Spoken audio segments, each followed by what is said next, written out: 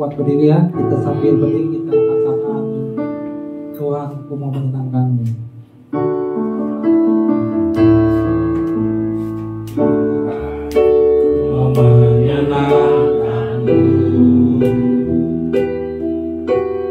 Tuhan, bentuklah hati ini dari berjalan untuk orang-Mu, senang pakai emas murni. Tuhan, ku serahkan hatiku, semua ku berikan padamu.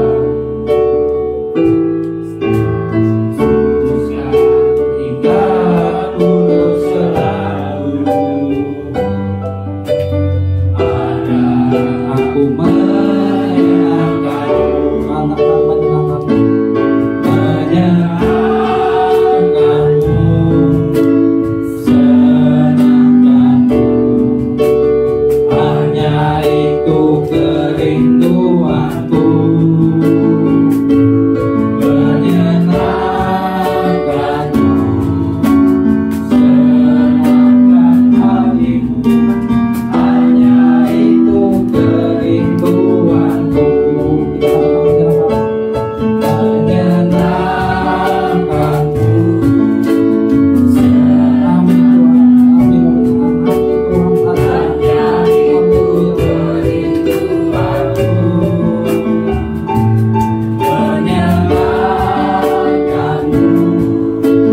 senangkan hatimu. Hanya itu kerinduanku, hanya itu kerinduanku, hanya itu kerinduanku. Amin. Ya, silakan duduk sambil kita salam kiri kanan kita. Ya, setiap langkah kita diatur oleh Tuhan. Amin. Ya, sebentar kita akan katakan tiap langkahku diatur oleh Tuhan.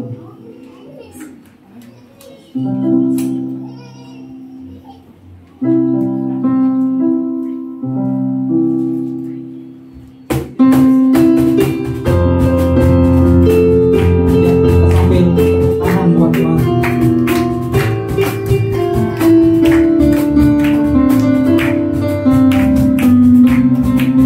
Tiap langkahku diatur oleh Tuhan.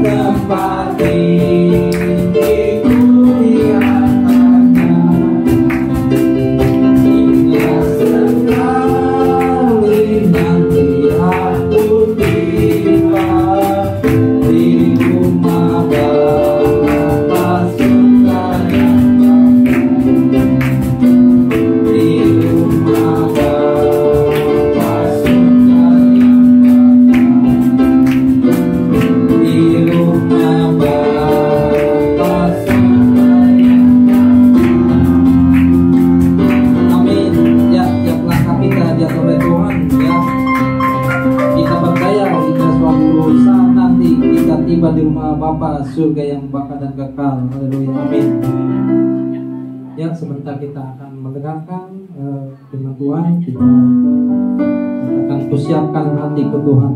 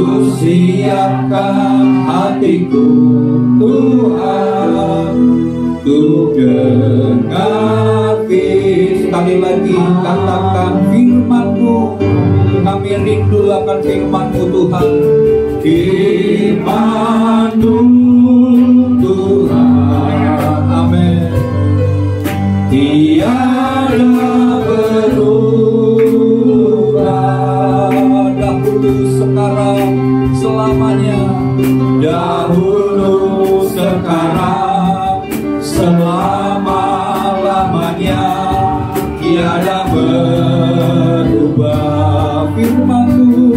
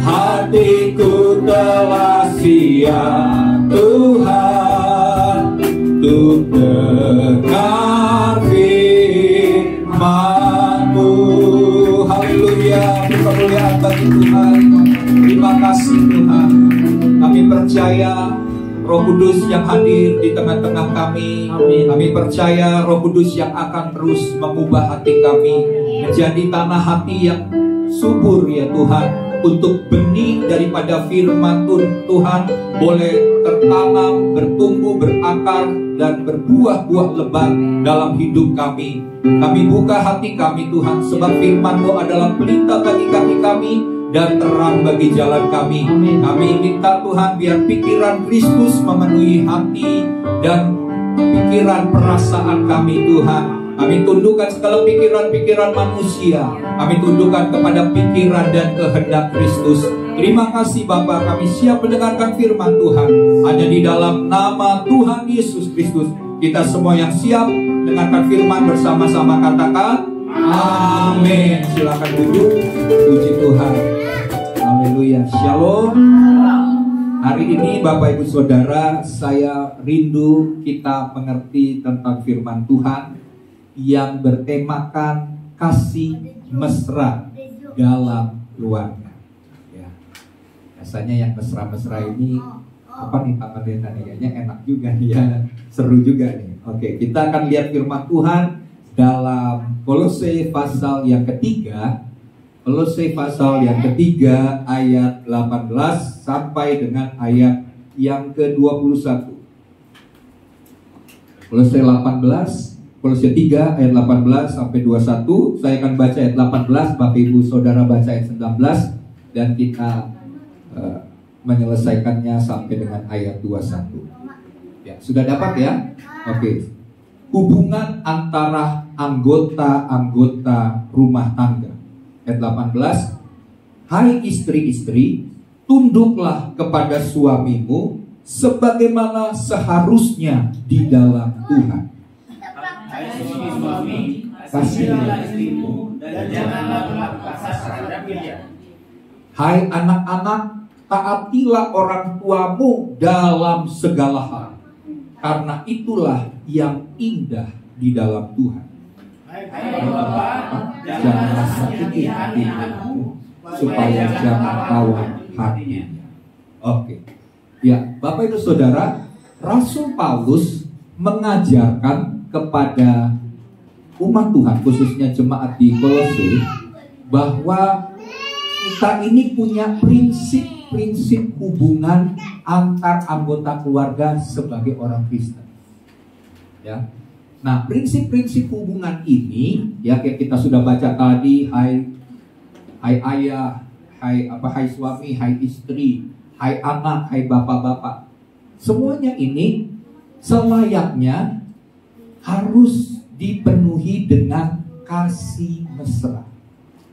Sekali lagi saya katakan, prinsip hubungan antar anggota keluarga kita harus dipenuhi dengan kasih mesra. Ya, ada lagu yang mungkin sudah cukup kita tahu, lagunya apa? Kemesraan ini janganlah cepat berlalu. Kalau lagu-lagu itu kan dinyanyikan bagaimana suasana yang mesra ini jangan cepat-cepat berlalu. Nah, demikian juga Bapak Ibu Saudara dalam hubungan keluarga kita. Harus ada kasih mesra antara anggota keluarga. Bahkan hubungan kasih mesra ini semakin hari, semakin tahun harus semakin kuat. Amin. Nah, kasih mesra ini yang terbangun antara suami, istri, dan anak-anak ini seperti apa? Misalnya, seperti adanya kehangatan dalam keluarga. Ya. Terus adanya kasih sayang antara orang tua dengan anak, saudara dengan saudari, ya, antara anak dengan orang tua. Kemudian bukan saja bicara soal kehangatan kasih sayang, tapi juga keharmonisan, kelanggengan dalam keluarga itu harus semakin kuat dengan kasih mesra. Ya. Nah, jadi di sini karena kenapa Bapak Ibu Saudara kita harus punya hubungan yang semakin mesra antara anggota keluarga kita, karena firman Tuhan berkata begini. di mana ada kesatuan, di mana ada kerukunan, maka berkat itu akan dicurahkan. Nah, untuk membuat kita rukun, kita bersatu, harus ada kasih mesra. Ya, nah ini yang harus kita mengerti. Oleh sebab itu, Bapak Ibu Saudara, ada bentuk-bentuk kasih mesra yang dapat dipraktekkan dalam keluarga. Di sini nggak kelihatan ya, mungkin bisa. Yang pertama adalah kemesraan suami istri. Ini kemesraan yang pertama yang harus jadi dasar dalam hubungan antar anggota keluarga. Ya, ayatnya saya akan baca, yaitu di dalam ayat 18 sampai dengan ayat 19. Firman Tuhan berkata begini: Hai istri-istri, tunduklah kepada suamimu sebagaimana seharusnya di dalam Tuhan. Hai suami-suami, kasihilah istrimu dan janganlah berlaku kasar terhadap dia. Jadi prinsip hubungan ini harus jadi bagian kehidupan orang Kristen. Yang pertama, istri harus tunduk atau menghormati suaminya. Ya. Demikian juga sebaliknya, suami harus mengasihi istri. Nah, bentuk daripada tunduknya itu seperti apa? Di dalam Efesus 5 ayat 22 dikatakan bahwa istri itu harus tunduk kepada suami sama seperti jemaat tunduk kepada Tuhan, menghormati Tuhan. Demikian juga sebaliknya, kalau seorang suami mengasihi istri, dia harus mengasihi seperti dirinya sendiri, atau digambarkan seperti Kristus mengasihi jemaat. Nah, bentuk-bentuk yang kita bisa lihat, misalnya seorang suami itu harus mengasihi istri seperti Kristus mengasihi jemaat. Kira-kira apa yang dilakukan oleh Kristus kepada jemaat? Salah satu kasih yang dinyatakan oleh Kristus kepada jemaat adalah dia rela berkorban, bahkan menyerahkan nyawa. Jadi dikatakan dalam Efesus 5 ini, nanti Bapak Ibu Saudara bisa baca di rumah, bahwa suami itu mengasihi istri seperti mengasihi tubuhnya sendiri, dirinya sendiri. Mana ada seseorang yang tidak menyayangi, mengasihi tubuhnya sendiri, selain orang itu sudah tidak punya pikiran yang benar gitu ya. Jadi dia akan menjaga, dia akan memelihara tubuhnya sendiri dengan baik. Nah, inilah contoh hubungan yang harus dibangun dalam rumah tangga Kristen. Ya, saya percaya kalau kita orang-orang Kristen melakukan sebagaimana yang firman Tuhan katakan, maka hidup kita dalam sebuah keluarga akan jadi semakin intim, semakin harmonis, ya. Semakin indah hubungan suami istri ini, bahkan dengan anak-anak. Nah, kalau kita dalam hal ini ya, jangan menuntut. Dalam sebuah pernikahan jangan kita saling menuntut, karena kita bilang bahwa kan firman Tuhan katakan, istri tunduk kepada suami dalam segala hal. Jadi mana istri, ketundukanmu, hormatmu kepada saya? Juga jangan seperti itu. Nanti istri juga akan balik. Bagaimana saya bisa tunduk? Bagaimana saya bisa hormat kepada kamu kalau kamu sendiri tidak mengasihi saya? Kata-katamu itu kasar. Jadi udah gak akan pernah ketemu ya, antara semuanya saling menuntut hak masing-masing. Nah, di sini maksud daripada firman Tuhan ini, kita gak perlu menuntut hak kita. Tapi yang harus kita lakukan adalah melakukan kewajiban kita. Amin. Dengan melakukan kewajiban kita, kita sudah memperkenan hati Tuhan. Ya, bagian kita yang kita Tuhan tuntut dari kita adalah bagian kita sebagai istri tunduk. Dan Bapak Ibu Saudara begini, kenapa Alkitab firman Tuhan ini menjelaskan hal ini sangat luar biasa? Karena begini Bapak Ibu Saudara, bagi seorang laki-laki, mungkin saya pernah jelaskan tapi saya ulangi lagi. Bagi seorang laki-laki, kalau seorang istri sudah tidak lagi menghormati, ya, bahasa Inggrisnya respect, udah tidak lagi punya rasa hormat kepada dirinya, maka bagi laki-laki itu adalah sesuatu hal yang menyakiti hati. Demikian juga ini bagi bapak-bapak. Kalau seorang suami sudah tidak lagi mengasihi istri, love, ya, kalau yang hormat itu adalah respect. Kalau seorang suami sudah tidak lagi mengasihi, love, tidak ada lagi kasih kepada istrinya, maka ini yang disebut dengan neraka di bumi. Ya. Jadi kalau seandainya kita saling dalam hal ini, jadi garis bawahi kata saling menghormati, saling tunduk, saling mengasihi. Nah ini kata salingnya ini, jadi satu dengan yang lain. Kalau enggak, saya katakan tadi, kalau kita punya rasa respect, kita punya rasa mengasihi, maka itu akan menjadi sorga di bumi. Tapi kalau semuanya menuntut, nggak akan pernah ketemu, kehidupan rumah tanggamu seperti neraka. Ini yang luar biasa firman Tuhan yang harus kita tangkap, yang harus kita mengerti, supaya kita sungguh-sungguh menjalankan firman Tuhan ini. Dan percayalah, waktu kita melakukan firman Tuhan ini dengan dilandasi kasih yang mesra, maka hubungan kita akan semakin intim, semakin indah. Ya, satu ayat lagi dalam 1 Petrus 3 ayat 7. Firman Tuhan berkata begini.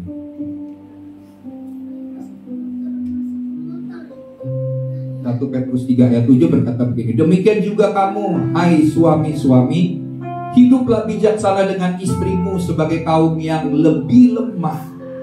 Hormatilah mereka sebagai teman pewaris kasih karunia, yaitu kehidupan, supaya doamu jangan terhalang. Ya. Jadi kalau seandainya suami sudah mulai kasar, sudah tidak mengasihi istri, maka doa-doanya tidak akan pernah nembus sampai ke surga.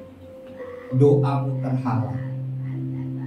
Ya, jadi lakukan bagianmu sebagai suami, sebagai istri, dan dalam hal ini juga ya nanti bicara tentang anak. Apa tanggung jawab anak? Apa yang harus dilakukan oleh anak kepada orang tuanya? Maka saya percaya hubungan ini akan menjadi semakin baik, ya. Nah, sikap saling menghormati dan saling mengasihi antar suami dan istri ini akan membuat hubungannya seperti saya katakan tadi, mau pilih yang mana, surga atau mau pilih neraka. Dan kemesraan yang ditunjukkan suami dan istri akan menjadi teladan. Saya ulang, kemesraan dari suami dan istri akan menjadi dapat dilihat oleh anak-anak. Dan itu jadi teladan, itu jadi sebuah gambaran. Dia akan melihat, oh papa mama saling mencintai ya, saling mengasihi, saling hormat, saling tunduk. Maka waktu dia nanti akan menikah, dia akan tahu kira-kira saya harus membangun sebuah rumah tangga yang seperti papa mama lakukan. Jadi dia punya sebuah gambaran. Karena anak senantiasa melihat. Dia belum tahu, dia masih hijau dengan apa yang akan dia buat kalau nanti berkeluarga bagaimana. Nah, dia harus melihat contoh. Contohnya adalah keluarganya sendiri. Ya, jadi kasih mesra, contoh-contoh kasih mesra yang bisa kita lakukan dalam keluarga. Contohnya apa? Contohnya saling mendengarkan dengan penuh perhatian. Kalau misalnya suami, biasa kan suami lagi pulang kantor, sibuk, yang dicari apa? Koran kalau zaman dulu ya. Kalau berita lah, apapun, dan nonton gitu, langsung putar TV. Terus nonton berita, tapi waktu istri sedang pengen ngomong nih, cari perhatian dengan cara disuguhin kopi atau teh atau pisang goreng. disuguhin. Terus istri mungkin lagi cari perhatian, gimana nih caranya nih supaya si papi ini bisa dengerin apa yang menjadi kerinduannya untuk disampaikan. Ya, tapi si papi kadang-kadang kurang peka. Jadi udah mau pipi, saya mau ngomong nih, katanya, ya udah ngomong aja. Tapi matanya nggak terarah kepada istri. Dia cerita panjang lebar. Terus akhirnya dia tanya gini, menurut papi bagaimana? Langsung papinya melihat bilang gini, coba ulang tadi ngomongnya apa? Itu menyakitkan Bapak Ibu Saudara ya. Nah, jadi saling memperhatikan dalam mendengarkan dengan penuh perhatian. Jangan kalau ada seseorang dari anggota keluarga kita ngomong, kita cuek. Harus kita dengarkan. Disitulah kasih mesra akan terbangun. Kemudian mungkin mengucapkan kata-kata sayang. Nah ini, Bapak Ibu Saudara, apakah sudah masih sering mengucapkan kata-kata sayang antara suami dan istri? Kalau mengucapkan kata sayangnya itu waktu pacaran aja, berarti hubungannya sudah mulai renggang. Kalau cuma sekedar ya dari dulu memang saya manggilnya yang ya kan, sampai mau bikinin, kalau kita mau minta dibikinin kita ngomongnya yang. Tapi kalau lagi marah, dasar lu, ya, semuanya udah lu gue gitu ya. Tapi kalau lagi pengen sesuatu ngomongnya yang, ya kan. Nah, kita harus sering memberikan pujian kepada suami, pada istri. Ya, kata-kata pujian, kata-kata sayang itu harus sering diucapkan. Maka hubungannya akan semakin mesra. Kenapa banyak perselingkuhan terjadi? Karena kita tidak melakukan firman. Kita tidak membuat pasangan itu memiliki kasih mesra dengan kita. Jadi supaya kita menghindari suami kita nyeleweng, atau istri kita juga, zaman sekarang kan gak cuma suami ya, istri juga bisa. Kita harus bangun kasih mesra itu lewat ucapan kita, perkataan kita. Perempuan kalau sudah dibilang sayang, wah, hatinya itu berflower-flower. Wah, senang banget. Nah, jadi sering ucapkan kata sayang. Kemudian memberikan kecupan. Kecupan pipi, kening, ada yang dahi, ya, tangan, ya boleh lah. Ada ciuman yang menyatakan bahwa kita mengasihi pasangan kita. Maka kasih mesra akan terbangun. Terus apa lagi? Pelukan. Jangan pikir pelukan itu hal yang biasa, Bapak Ibu Saudara. Survei mengatakan bahwa waktu kita sedang mengalami masalah emosional, waktu kita, misalnya kita lagi nangis, kita lagi sedih, waktu ada orang yang meluk kita, maka ada kemungkinan nangis kita jadi tambah kenceng. Wah, gitu. Ya. Atau kita ya walau jadi lepas gitu, dan akhirnya kita jadi lebih tenang. Jadi pelukan itu punya nilai yang membuat ada hormon-hormon dalam tubuh kita menjadi senang gitu ya, waktu kita memeluk. Jadi sering berpelukan. Kalau teletapi saja bilang berpelukan gitu. Nah, kita juga suami istri gak apa-apa, masih muhrim kalau yang berpelukan dengan perempuan lain, ya istri orang, itu bukan muhrim gitu ya. Kita lakukan berpelukan, dan itu ada energi positif. Kasih mesra pasti akan terbangun. Kemudian yang terakhir mungkin memberi hadiah yang bermakna. Sekali-sekali beri surprise. Ya, kalau istrinya ulang tahun, ya biasanya kan gak dapat hadiah. Tapi ini tahun ini mari berikan surprise. Mungkin hadiahnya gak usah yang besar ya, sederhana tapi punya makna.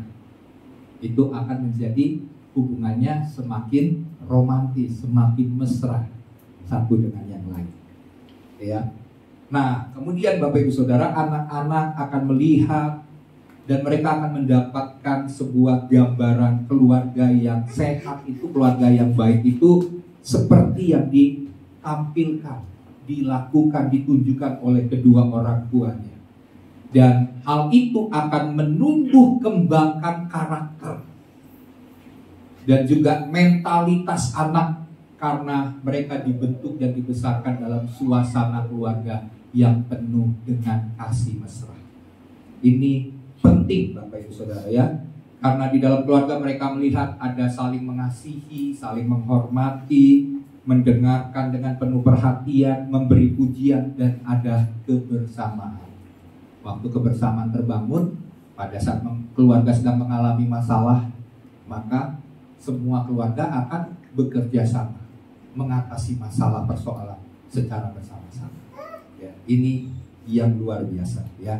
Nah, jadi anak-anak melihat bagaimana istri tunduk kepada suaminya, demikian juga anak-anak melihat bagaimana suami mengasihi istrinya, ya, dan juga orang tua yang mengasihi mereka, mereka jadi nyaman. Jadi mereka nggak akan lari ke tempat-tempat yang membuat mereka nyaman, karena mereka sudah mendapatkan bahwa keluargaku adalah surga. Wah, lagu lagi ya. Kita merasakan bahwa saya nggak mau kemana-mana.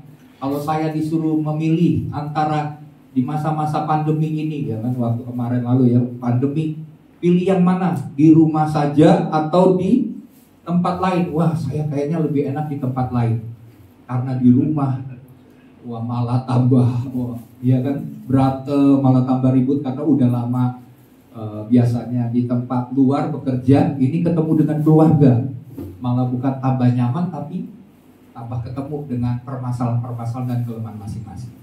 Seharusnya kita harus menjadikan rumah sebagai tempat yang paling nyaman bagi keluarga kita. Nah, itu yang pertama ya Bapak Ibu Saudara. Hal yang kedua adalah ketaatan anak-anak kepada orang tua. Di dalam ayat yang ke-20, saya akan baca di dalam Kolose 3 tadi, ayat yang ke-20. Hai anak-anak, taatilah orang tuamu dalam segala hal, karena itulah yang indah di dalam Tuhan. Maksudnya kata indah ini artinya hal itu menyenangkan hati Tuhan. Hal itu akan mempermuliakan nama Tuhan. Waktu kita hidup sebagai anak-anak untuk menghormati orang tua. Ya, taat kepada orang tua dalam segala hal. Nah, bentuk nyata dari kasih mesra yang ditunjukkan anak-anak terhadap orang tua mereka adalah taat. Jadi anak-anak taati orang tua. Karena firman Tuhan berkata, supaya panjang umurmu di bumi ini dan kamu akan berhasil, sukses. Tapi kalau anak-anak sudah tidak taat kepada orang tua, maka hidupnya akan penuh dengan pergumulan, ya. Bahkan akan mengalami banyak kegagalan. Karena kenapa? Karena sebagai anak kita kadang-kadang kan nggak tahu masa depan, apa yang sedang terjadi di depan. Orang tua itu tahu.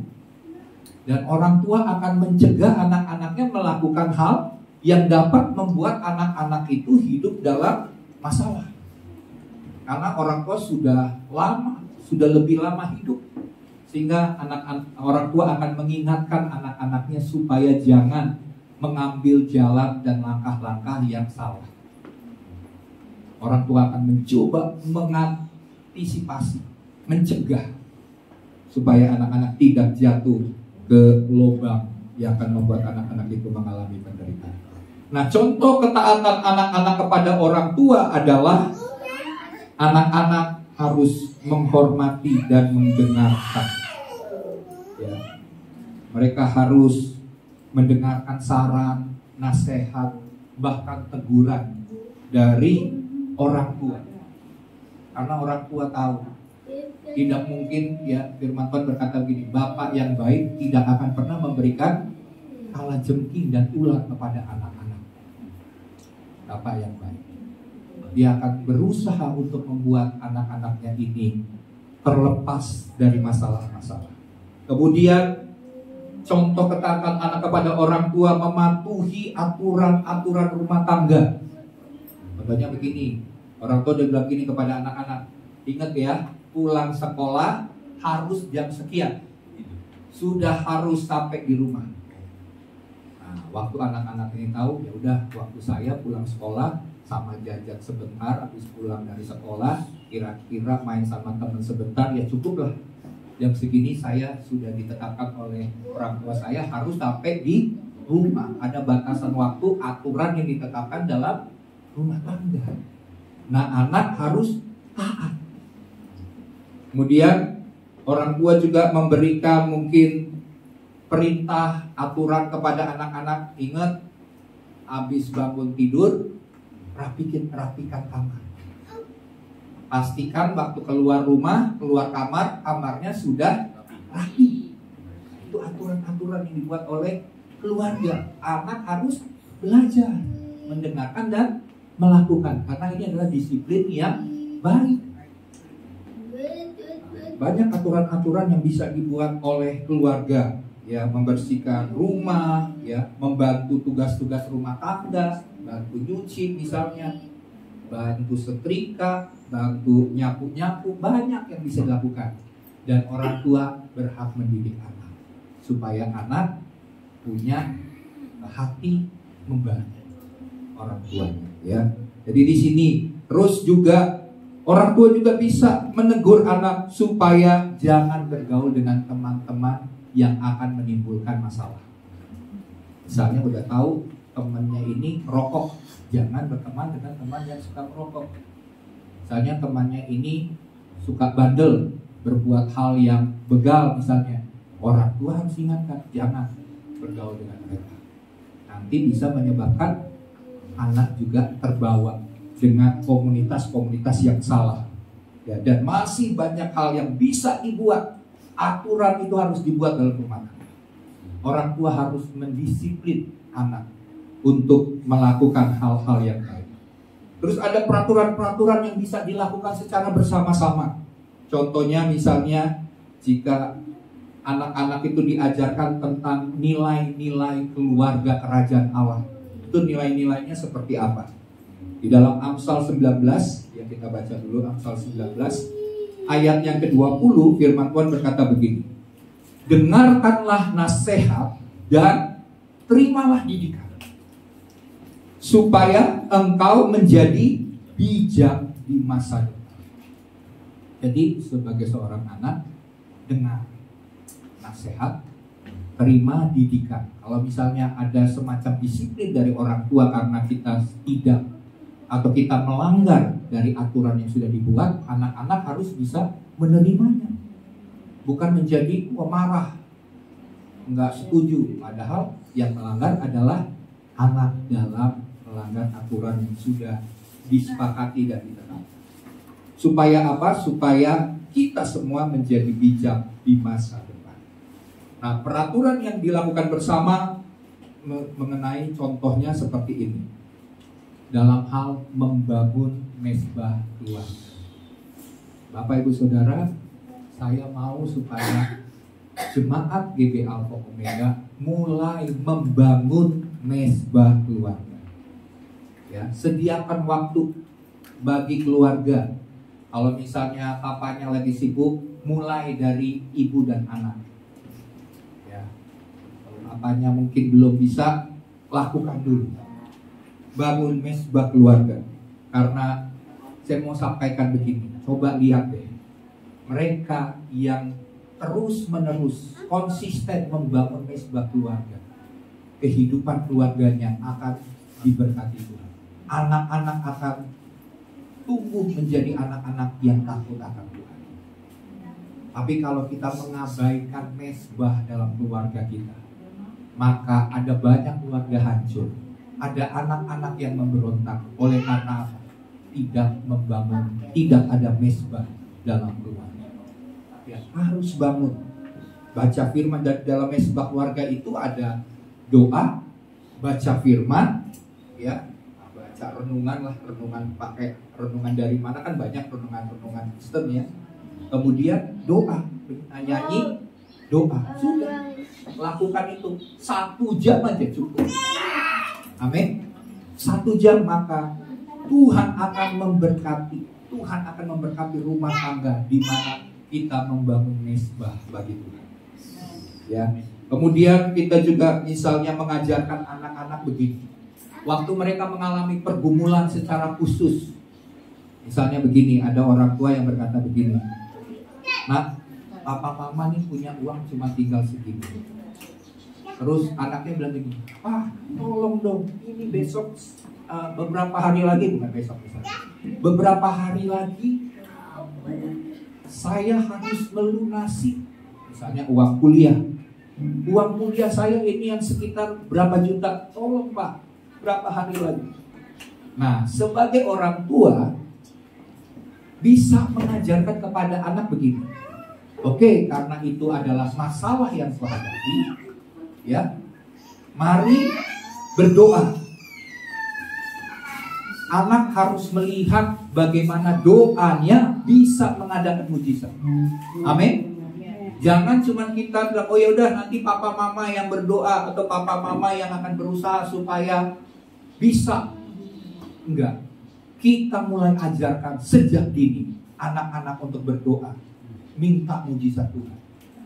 Dan waktu kita mengizinkan hal itu, ada banyak contoh. Kalau saya mau ceritakan, banyak kesaksian-kesaksian orang tuanya dia diberitahu bahwa dia kuliah harus bayar sekitar $150 ini dari luar negeri. Kemudian orang tuanya bilang ini, saya cuma punya duit nggak cukup untuk kuliah, untuk bayar itu. Kalau anaknya cuma berdoa, doanya singkat, dia bilang, Tuhan, saya percaya bahwa mujizat itu masih nyata. Saya butuh $150 untuk bayar kuliah. Terus bapaknya datang kan dari Indonesia ke luar negeri ini.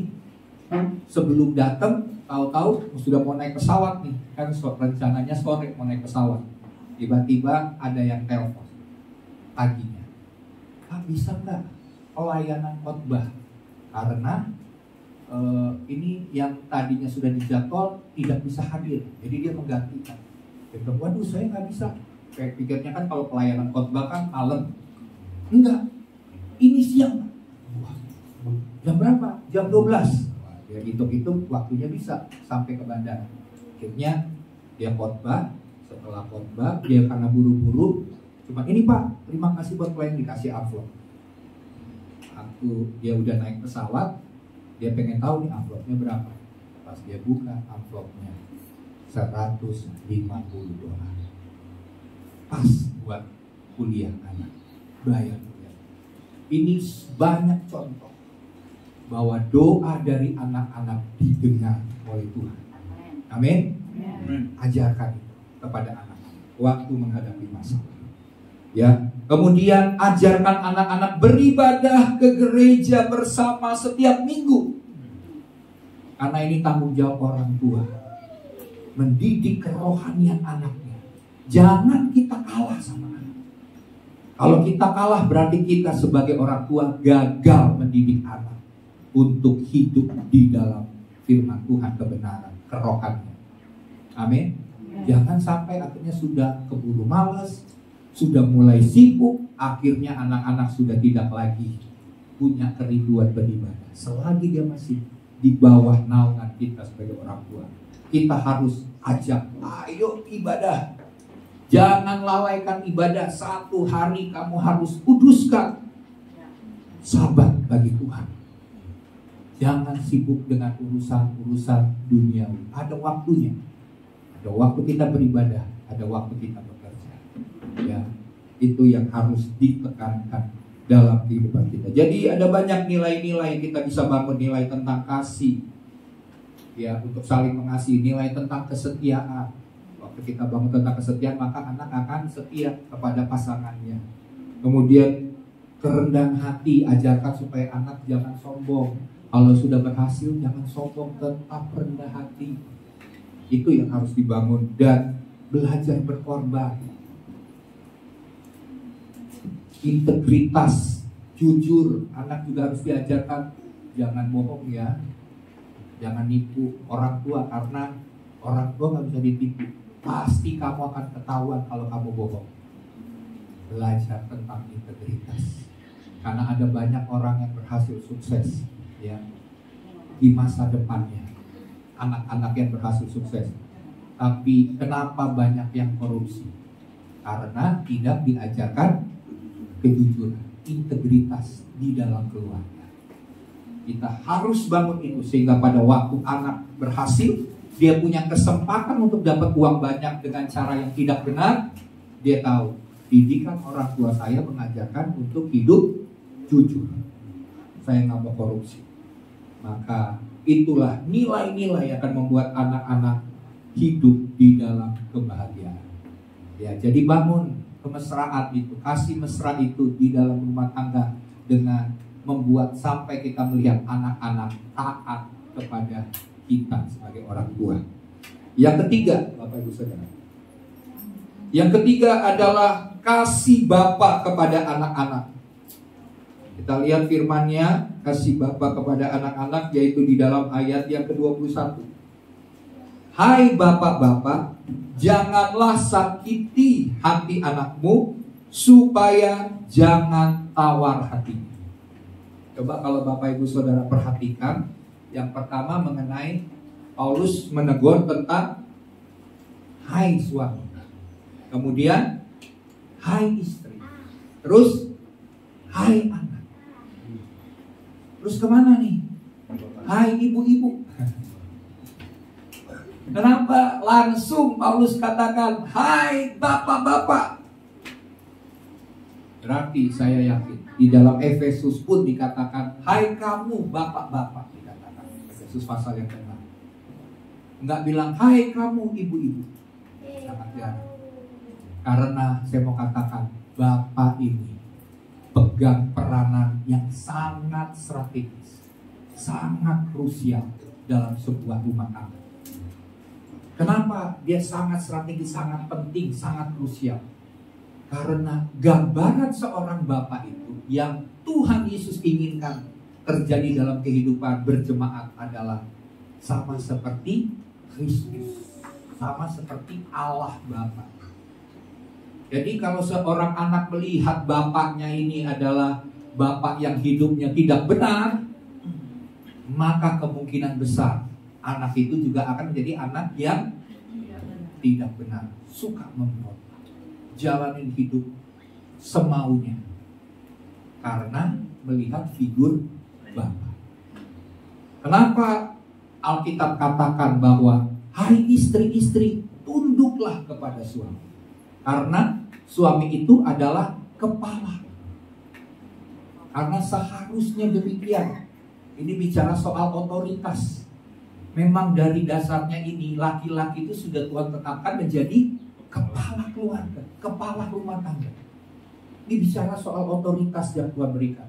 Kalau seandainya seorang ibu tidak tunduk, tidak menghormati suaminya sebagai ayah bagi anak-anaknya, maka dipastikan anak-anak itu juga tidak akan pernah menghormati ayah. Berarti kita sedang mengajarkan anak-anak untuk memberontak kepada otoritas yang Tuhan sudah percayakan melalui seorang ayah. Ada banyak contoh kalau seorang istri cuma cerita gini, dah satu papamu tuh, coba lihat tuh papamu, mau-maunya dia. Wah, lama-lama anak-anak akan timbul kebencian. Respek kepada seorang ayah sudah mulai hilang. Tapi kalau kita bilang, ya maafin ya nak, Papa memang begitu, tapi dia mengasihi kamu. Terus ajarkan hal-hal yang baik supaya anak menghormati ayah. Berarti kita sedang mengajarkan sebuah kebenaran tentang menghormati otoritas di atas kita. Itu yang penting ya. Terlepas mungkin dari suami yang apa ya istilahnya sontoloyo ya gitu ya, yang hidupnya semau gue, yang mau jalanin hidupnya dengan gak benar, ya sudah kita ajarkan. Yaitu tadi, kita nggak nuntut hak, tapi kewajiban yang kita lakukan. Didikan buat anak itu penting. Maka pada waktunya dia akan belajar mengasihi papanya, sekalipun papanya bukan orang yang sempurna, penuh dengan kekurangan dan kelemahan.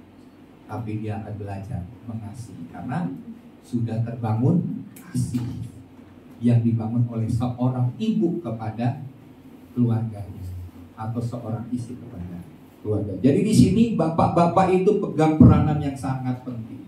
Makanya Alkitab katakan janganlah sakiti hati anakmu, supaya jangan tawar hatinya. Karena kalau sampai seorang anak ya disakiti begitu luar biasa. Mungkin waktu kecil dia nggak bisa melawan, dia nggak punya kekuatan. Tapi waktu dia besar, maka dia akan bilang, tunggu waktu gue besar, gue akan habisin lu. Nah, itu pasti karena sudah tersakiti. Jangan sampai bapak-bapak. Makanya ajar, didik dengan baik. Kalau masih kecil, Alkitab bilang pakai cemeti boleh, ya. Pukulnya juga jangan di muka, ya jangan. Tapi misalnya di Alkitab katakan di paha, ya. Atau misalnya di pantat, gitu, yang tidak melukai, tidak membuat dia terluka hatinya. Tapi dia tahu ini sebuah didikan. Itu waktu kecil. Tapi jangan pakai ayat itu juga waktu sudah besar. Wah, pakai cemeti buat itu, wah itu yang terjadi dilawan. Waktunya bukan memakai alat didikan, tapi dengan perkataan.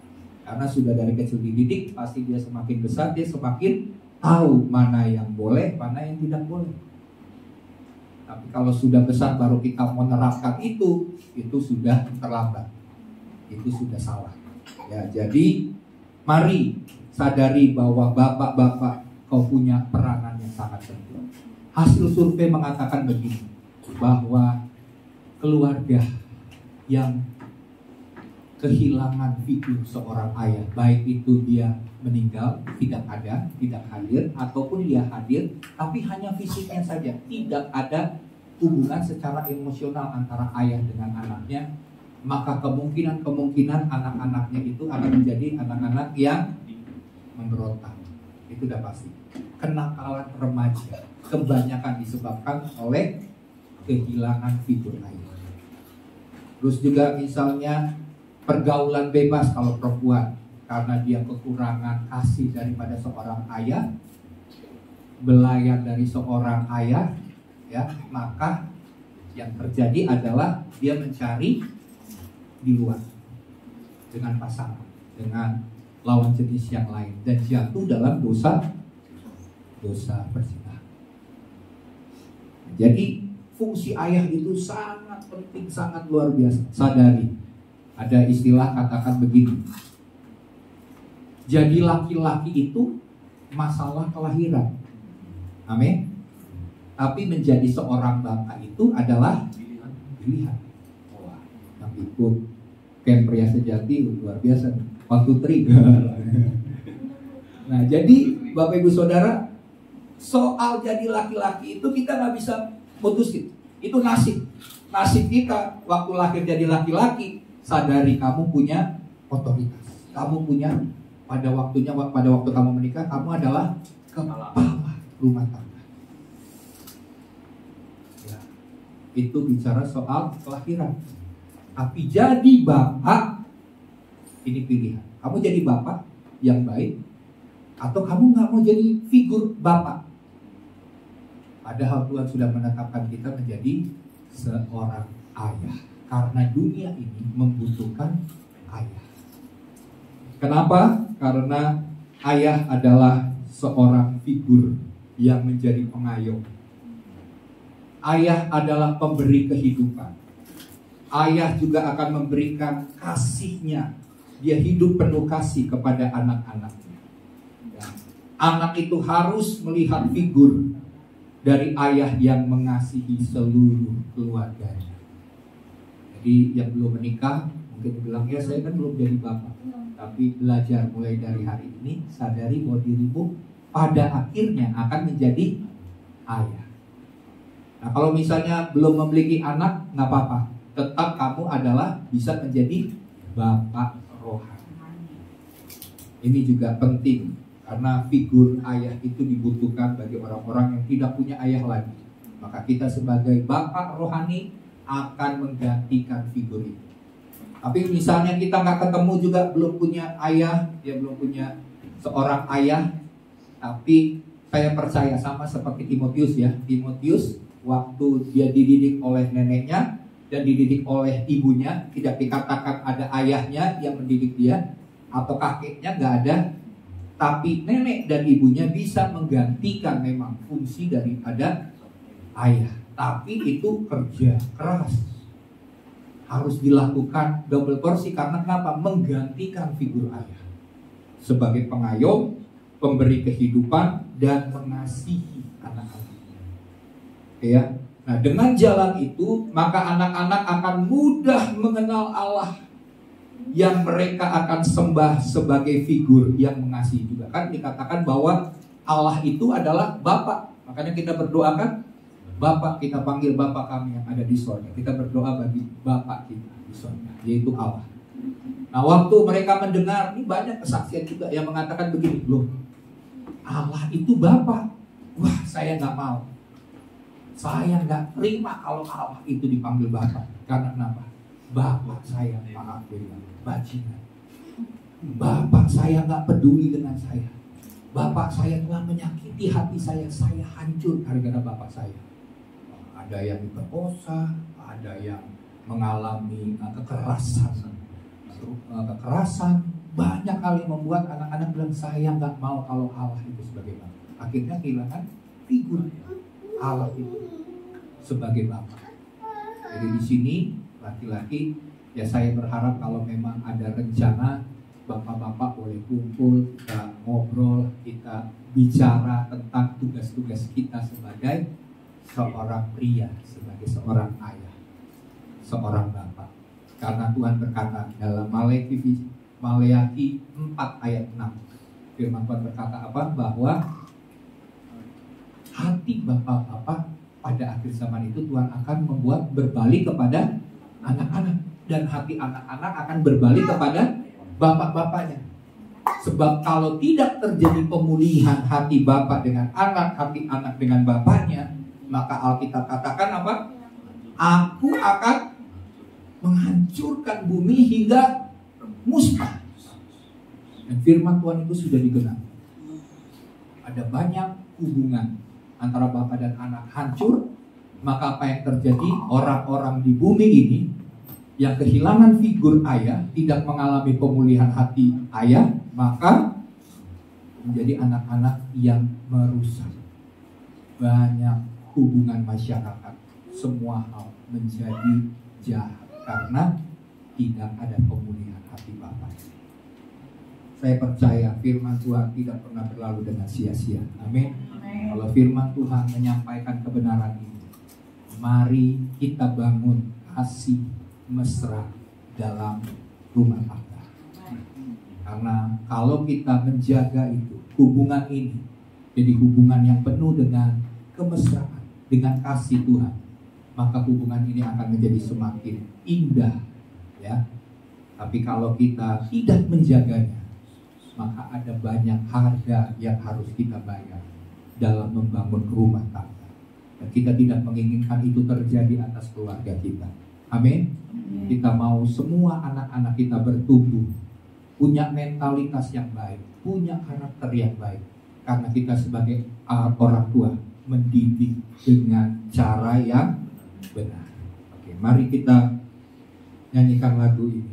Kita nyanyikan lagu Tuhanku mau menyenangkan. Haleluya. Pemusik saya undang.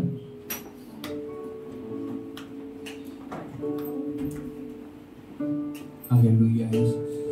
Terima kasih Tuhan, Engkau baik bagi kami. Kami sudah mendengar kebenaran firman-Mu Tuhan. Kami mau supaya kasih mesra itu ada dalam keluarga kami. Kami tidak mau menuntut antara hak-hak kami sebagai istri, sebagai suami, sebagai anak-anak. Kami mau melakukan bagian kami seperti yang merupakan kewajiban kami. Tolong kami Bapak, baik sebagai suami, baik sebagai istri, baik sebagai anak. supaya kami dapat melakukan bagian kami Tuhan, melakukan firman Tuhan, supaya hubungan keluarga, hubungan antar keluarga satu dengan yang lain dipenuhi dengan saling mengasihi, saling menghormati Tuhan, saling memperhatikan, saling peduli, ada kebersamaan, ada kehangatan dalam rumah tangga. Tuhan, kami rindukan itu Tuhan terjadi atas kehidupan kami sekeluarga Tuhan. Dan ajar kami untuk senantiasa menyenangkan hati Tuhan. Sebab itulah yang Engkau inginkan menjadi tujuan hidup kami. Pada saat hubungan kami dengan Tuhan menjadi hubungan yang baik, hubungan yang intim, hubungan yang dekat, maka kami percaya hubungan antar anggota keluarga kami juga akan menjadi baik. Sebab kami punya hubungan yang baik dengan Tuhan. Terima kasih Tuhan. Mari kita nyanyikan lagu ini. Haleluya. Tuhan, ku mau menyenangkan-Mu.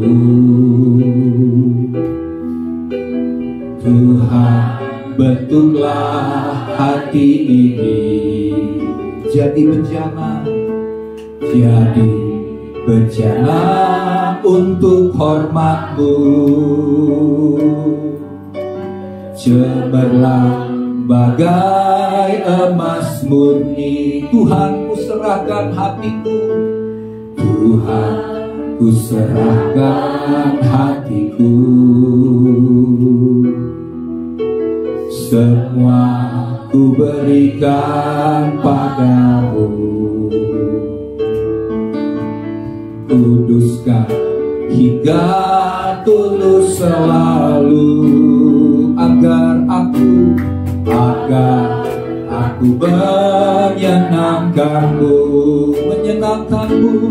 menyenangkan-Mu, senangkan-Mu.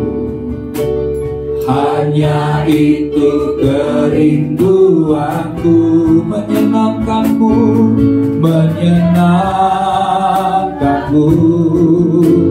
senangkan hatimu. Hanya itu Mari jemaat, saya undang untuk bangkit berdiri. Sebelum kita menyanyikan lagu ini, mungkin ada kerinduan-kerinduan dalam hati dari setiap kita untuk pemulihan dari keluarga kita. Karena Tuhan berjanji Dia akan memulihkan hubungan keluarga satu dengan yang lain. Dan waktu kita meminta kepada Tuhan, Dia mau memberikan pemulihan itu. Mungkin ada pergumulan bagi suamimu, ada pergumulan buat istrimu, ada pergumulan buat anak-anak. Mari datang kepada Tuhan. Mari berdoa kepada Tuhan supaya janji Tuhan itu digenapi. Engkau sudah melihat mungkin anak-anak mulai memberontak kepada dirimu. Engkau telah melihat bagaimana hubungan antara teman-temannya bukan adalah hubungan yang baik, pergaulan yang baik, bahkan pergaulan yang buruk. Dan mungkin engkau sudah berusaha, tapi engkau tidak bisa dan tidak mampu. Demikian juga mungkin engkau melihat bagaimana hubungan antara suami dan istri sudah mulai tidak mesra lagi, sudah renggang, sudah ada hal-hal yang membatasi hubungan, tidak seperti pada waktu memulai sebuah pernikahan. Dan juga mungkin ada pergumulan-pergumulan yang membuat anak-anak kita sebagai anak merasakan bahwa saya sudah mulai jauh dengan orang tua. Saya merasa bahwa saya kesepian, saya sendirian. Saya tidak mendapatkan perhatian daripada orang tua. Semua pergumulan-pergumulan hari yang berbicara tentang hubunganmu dengan antar anggota keluarga. Hari ini Bapak Ibu Saudara, saya percaya waktu kita sepakat berdoa, kita minta supaya kerukunan, keharmonisan, kesatuan dalam keluarga itu Tuhan rajut kembali. Karena firman Tuhan berkata bahwa kasih mempersatukan segala sesuatu, kasih menyempurnakan. Oleh sebab itu mari kita akan berdoa, masing-masing berdoa bagi pergumulanmu. Baik itu anakmu, sebutkan namanya, suamimu sebutkan, istri sebutkan nama-nama mereka. Sebab saya percaya Tuhan hadir di tengah-tengah kita saat ini untuk membebaskan, melepaskan, dan memulihkan, sehingga hubungan kita akan jadi hubungan yang baik, dan keluarga kita menjadi keluarga yang berbahagia dan diberkati Tuhan. Bapak, hamba berdoa, hamba sepakat, hamba percaya Tuhan, hamba menopang doa bagi setiap jemaat Tuhan yang sedang membawa doa-doa mereka saat ini kepada Tuhan. Dalam nama Tuhan Yesus Kristus, hamba berdoa Tuhan, biar mujizat Tuhan terjadi, mujizat Tuhan dinyatakan, terobosan terjadi, pemulihan terjadi, kuasa Tuhan dinyatakan, kasih Tuhan yang mempersatukan dan menyempurnakan terjadi dalam nama Yesus. Bahkan hamba sepakat berdoa dalam nama Tuhan Yesus, segala pekerjaan-pekerjaan iblis yang coba memecah belah, yang mencoba memisahkan hubungan-hubungan itu, dalam nama Tuhan Yesus, hamba ikat dalam nama Yesus. Hamba hancurkan segala pekerjaan-pekerjaan iblis yang coba memecah belah hubungan antar keluarga, dalam nama Yesus. Dalam nama Yesus.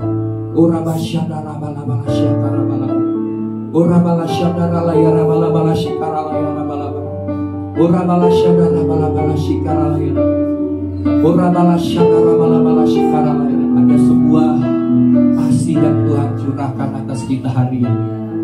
Itu seperti selimut yang akan menudungi tubuhmu, membuat engkau nyaman. Mungkin selama ini engkau mengalami kesendirian, kesepian, tapi ada kasih Tuhan yang turun di tengah-tengah jemaat saat ini.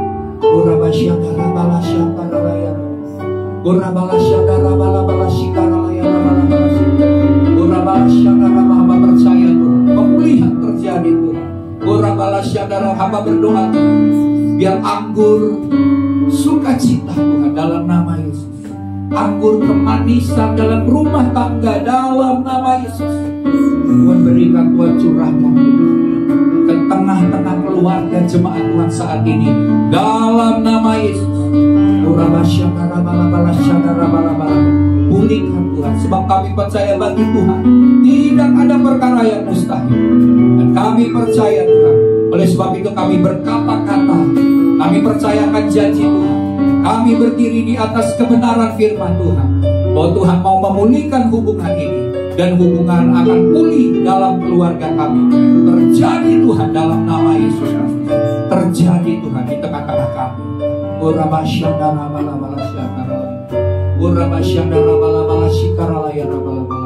Mari kita nyanyikan lagu ini. Tuhanku mau menyenangkanmu. Tuhan, ku mau menyenangkanmu. Yes, Tuhan. Tuhan, bentuklah hati ini jadi bejana, jadi bencana untuk hormat-Mu.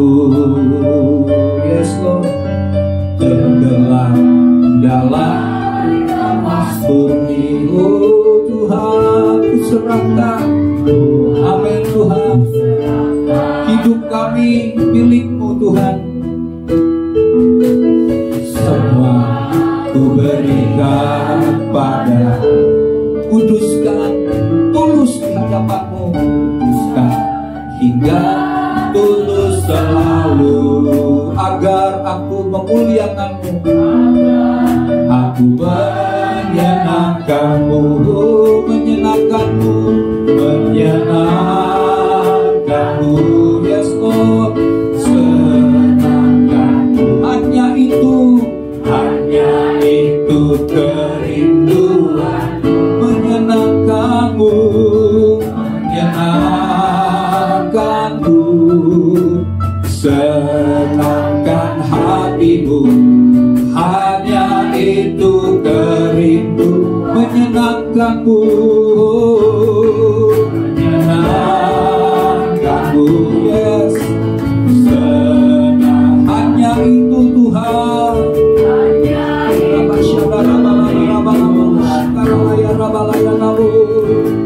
Menyenangkan-Mu, senangkan hati-Mu. Hanya sekali lagi menyenangkanmu, menyenangkanmu, senangkanmu.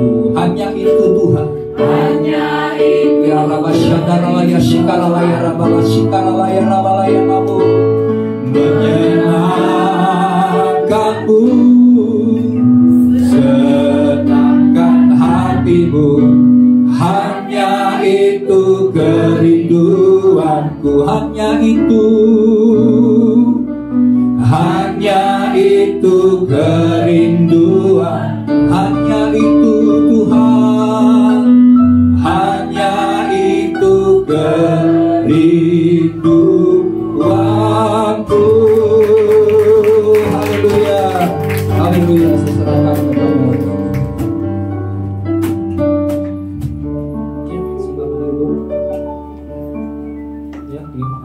kepada Tuhan Yesus dan kepada hamba-Nya Pak Gembala atas firman yang telah diberitakan, yaitu kita harus punya kasih mesra dalam keluarga, ya kan, Dia Tuhan yang terus memimpin kita dan juga memberkati Pak Gembala. Tuhan pakai dimanapun berada, lebih heran lagi. Amin. Ya, sebentar kita akan memberikan persembahan. Mari kita tanya Bapak. Terima kasih yang baik yang bertata kemuliaan surga. Tuhan telah mengenal kami dan kami berbaik kasih mesra ya Bapak di dalam keluarga kami. Biarlah Bapak kami tidak dapat sepenuhnya Bapak. Kami harus menyerahkan juga yang tidak dapat kami lakukan. Kami hanya dapat melakukan yang dapat kita lakukan.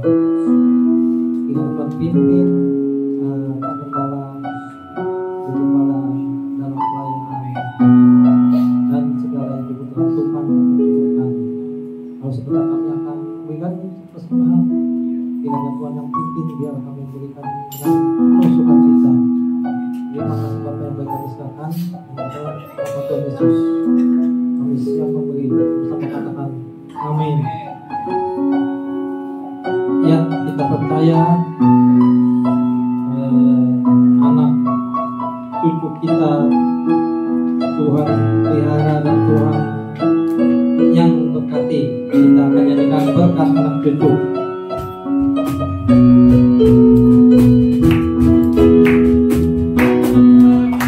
Itu besar kasih Allah pada kita. Diberkatilah anak cucu kita di mana-mana. Tuhan mengubah miskin dan menjadikan kaya. Dia merendahkan dan meninggikan juga. Itu besar kasih Allah pada kita. Berkatilah anak cucu kita di mana-mana. Tuhan mengubah miskin dan menjadikan kaya. Merendahkan dan meninggikan juga. Berbahagialah bagi orang yang percaya. Anak cucunya pasti tidak akan meminta-minta, karena Allah menerima firman-Nya. Tiada yang mustahil bagi orang percaya. Tiada yang mustahil bagi orang percaya. Mustahil bagi orang percaya. Ya, amin. Terima kasih pada Tuhan. Kita sudah dari awal penahan Tuhan pimpin sampai akhirnya. Sebentar kita akan tutup. Mari kita sama-sama berdiri.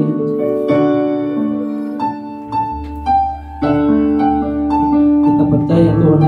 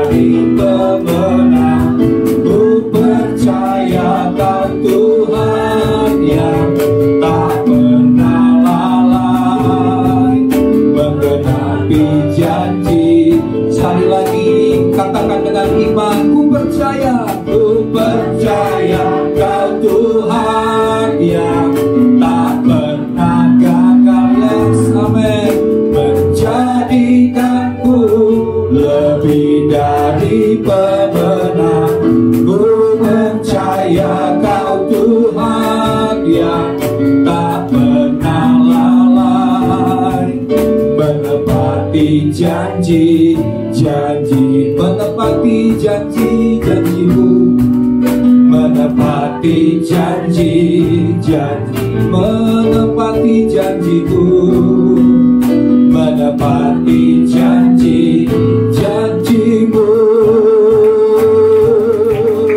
Amin, amin. Terima kasih Bapa, kami percaya Tuhan setia, Tuhan baik, Tuhan mendengar doa-doa kami, Tuhan yang akan menggenapi segala janji-janji-Mu dalam hidup kami. Kami serahkan seluruh kehidupan kami. Semua kehidupan kami ada dalam tangan Tuhan. Tuhan yang mengendalikan, Tuhan yang memimpin langkah-langkah kami, sehingga langkah-langkah kami senantiasa langkah-langkah yang menuju kepada kehidupan dan kemenangan. Terima kasih Bapa. Saat hari ini kami percaya di mana ada Tuhan, di mana ada hadirat Tuhan, kuasa Tuhan bekerja dan nyata. Maka kami percaya yang sakit Tuhan sembuhkan, yang terikat Tuhan bebaskan, yang berbeban berat Tuhan beri kelegaan, Tuhan beri kemenangan setiap jemaat Tuhan yang membutuhkan terobosan dalam keuangan. Tuhan mengadakan mujizat dalam nama Tuhan Yesus. Yang mereka membutuhkan pekerjaan, kami percaya Tuhan menyediakan yang terbaik bagi setiap kami. Bagi mereka yang membutuhkan hikmat dalam bekerja, dalam belajar, dalam sekolah, dalam kuliah, dalam nama Yesus hamba percaya kecerdasan yang ilahi, hikmat yang daripada Tuhan, Tuhan berikan kepada setiap jemaat Tuhan, sehingga kami tidak pernah kekurangan sesuatu yang baik. Sebab kami percaya Bapa kami yang menyediakan, bahkan melakukan perkara-perkara yang supranatural, penyediaan yang ilahi kami terima secara sempurna. Terima kasih Bapa. Hari ini kami akan mengakhiri ibadah kami. Kami percaya Tuhan, biar roh kami terus menyala-nyala di dalam Tuhan. Sebelumnya juga kami bawa Tuhan akan bangsa dan negeri kami Indonesia. Kami mengasihi bangsa ini. Kami ada di negeri ini karena Tuhan. Oleh sebab itu kami berdoa bagi negeri yang kami cintai, biar senantiasa aman, sejahtera, biar shalom Tuhan turun atas Indonesia Tuhan. Biar Indonesia dipenuhi dengan semua hal yang baik Tuhan. Dijauhkan dari perpecahan, dijauhkan dari semua rancangan-rancangan jahat iblis. Tuhan kami berdoa, biar aman Tuhan negeri ini. Kami memberkati akan TNI dan Polri untuk membuat bangsa ini juga senantiasa aman Tuhan. Kami juga berdoa bagi pemerintah, Tuhan berkati Presiden Joko Widodo. Kami bawa Tuhan akan Wakil Presiden Haji Ma'ruf Amin. Kami memberkati Tuhan akan setiap pemimpin-pemimpin pemerintah dari tingkat pusat sampai dengan tingkat daerah, sehingga mereka dapat memimpin negeri ini dengan baik. Mereka dapat membuat kebijakan-kebijakan yang membuat negeri ini maju Tuhan. Dan Tuhan jangan pernah izinkan Tuhan mereka mencuri Tuhan akan segala yang Tuhan telah sediakan bagi rakyat Tuhan. Kami berdoa Tuhan, korupsi Tuhan, Tuhan yang akan membongkar sampai ke akar-akarnya Tuhan, sehingga negeri ini boleh dipimpin oleh orang-orang pemimpin-pemimpin yang hidup takut akan Tuhan. Terima kasih Bapak. Terima kasih kami bawa Tuhan juga pemilu di tahun 2024. Biarlah Tuhan yang menetapkan pemimpin yang berasal daripada Tuhan. Kami umat Tuhan berdoa Tuhan, sehingga kami percaya hanya rencana Tuhan yang terjadi atas Indonesia. Setiap pemimpin yang bukan berasal daripada Tuhan, Tuhan yang menghalaukannya Tuhan. Dan kami percaya doa kami, doa orang benar, bila dengan yakin didoakan, sangat besar kuasanya, bahkan mampu mengubah sejarah, mampu melakukan perkara-perkara yang dahsyat dan ajaib. Terima kasih Bapak. Kami serahkan Tuhan setiap negeri ini. Kami rindukan semakin banyak jiwa-jiwa yang dimenangkan, sehingga janji Tuhan setiap lutut akan bertelut, setiap lidah akan mengaku bahwa Yesus Kristus adalah Tuhan dan Juru Selamat. Terima kasih Bapa. Di penghujung daripada ibadah kami percaya Tuhan telah memberikan dan menyiapkan hal-hal yang besar, perkara-perkara besar, berkat yang melimpah bagi setiap kami. Oleh sebab itu kami menerima Tuhan dengan iman, dan Tuhan yang mengerjakannya melalui hidup kami. Mari jemaat Tuhan kekasih Tuhan, biji mata Tuhan, angkat tanganmu, arahkan hatimu kepada Tuhan, dan terimalah berkat daripada Bapa Surgawi, kasih setia, kasih karunia daripada Tuhan Yesus Kristus, persekutuan penyertaan Roh Kudus, membimbing menyertai engkau kemanapun engkau berada, Karena Dia adalah penolong, Dia adalah penghibur. Dia akan memimpin engkau kepada jalan-jalan kemenangan. Dan engkau akan senantiasa naik dan tidak pernah turun, menjadi kepala dan bukan menjadi ekor. Dan kau tidak kedapatan bercacat celah sampai Tuhan Yesus Kristus datang kuat kedua kali menjemput engkau. Dan engkau akan diangkat di awan-awan yang permai untuk tinggal bersama-sama dengannya selama-lamanya. Semua kita yang sudah diberkati bersama-sama katakan amin.